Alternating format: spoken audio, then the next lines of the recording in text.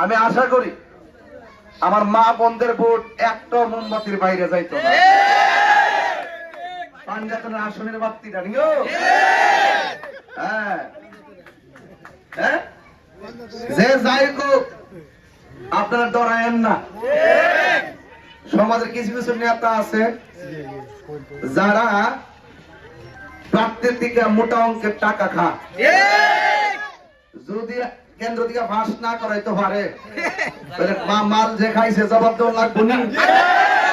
তখন আইসাতে হুমকি দিব, মোমবাতির ভক্তি কিন্তু নাইমো না, মামলা কিন্তু রেডি, তালিকা কিন্তু হয়ে গেছে গা, দইরা কিন্তু লইয়া যাবো গা, এইরকম কিছু হুমকি দিবে।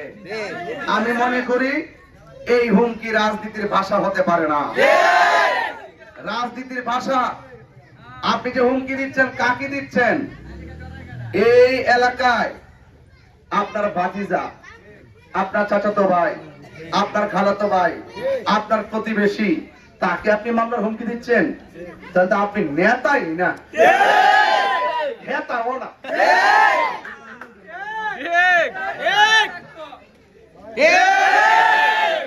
আরে রাজনীতি করতে হবে মানুষের জন্য, রাজনীতি করতে হবে মানুষের কল্যাণের জন্য, রাজনীতি করতে হবে সম্প্রীতি তৈরি করার জন্য, রাজনীতি করতে হবে মানুষের অধিকার ফিরিয়ে দেওয়ার জন্য, রাজনীতি করতে হবে সুবিধা বঞ্চিত মানুষের ঘরে ঘরে ন্যায্য আলু পৌঁছে দেওয়ার জন্য।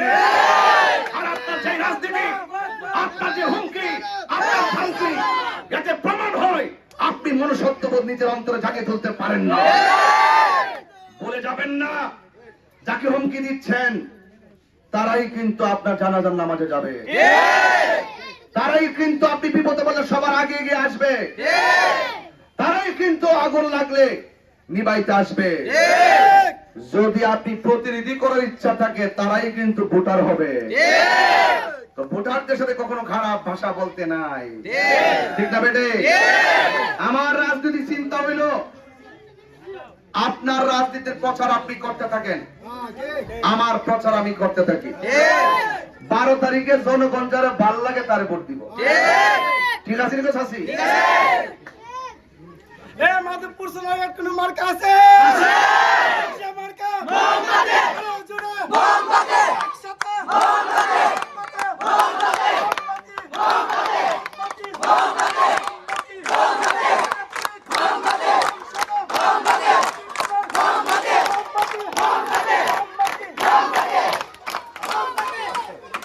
আমার ভাইরা, আমার কথা কি আপনারা কষ্ট পেয়েছেন? আপনারা যদি আমাকে প্রতিনিধি বানান, কথা দেওয়া যায়, আমার যে ভোট দিব সেও ঘরের দরজা খুলে ঘুমাইব, আমার যে ভোট দিত না সেও দরজা খুলে ঘুমাইব, আমি পাহারা ধরে থাকবো ইনশাআল্লাহ। আমার প্রতি আপনার বিশ্বাস আসেনি? আপনার কি মনে হয় যে আমি মাইরা খাইলাম? বাবারে, আমার 12 তারিখ তো নির্বাচন, 13 তারিখ থেকে মাহফিল শুরু, ঠিক আছে নি?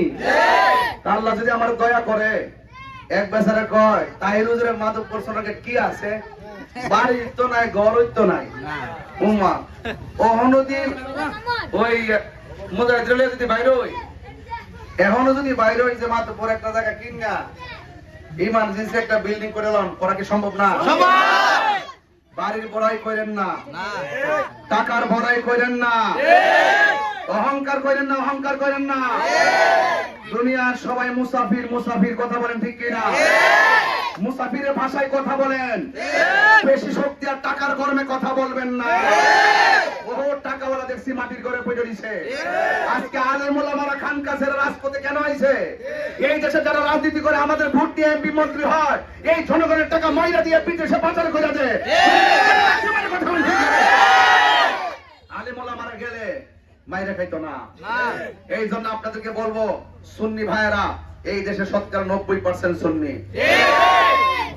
আমরা যদি ক্ষমতায় যাই, আমরা যদি দায়িত্ব পাই, আমাদের কাছে সুষম বন্টন দিলে সবাই নিরাপদ পাবে।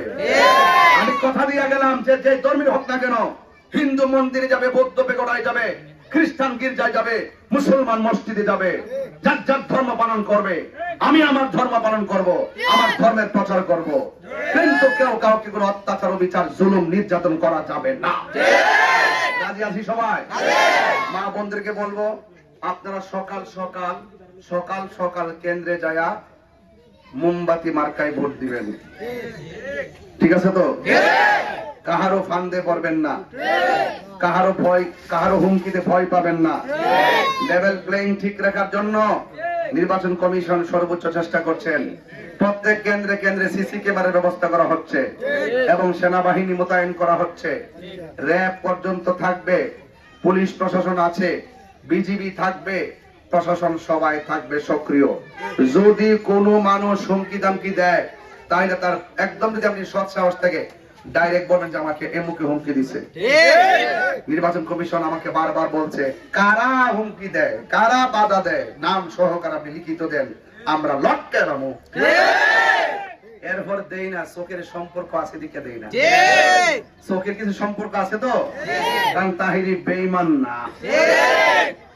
ঠিক আছে নি? যার সাথে মেসেঞ্জারে একবার কইছে আসসালামু আলাইকুম, তারে কখনো খারাপ কথা কই না।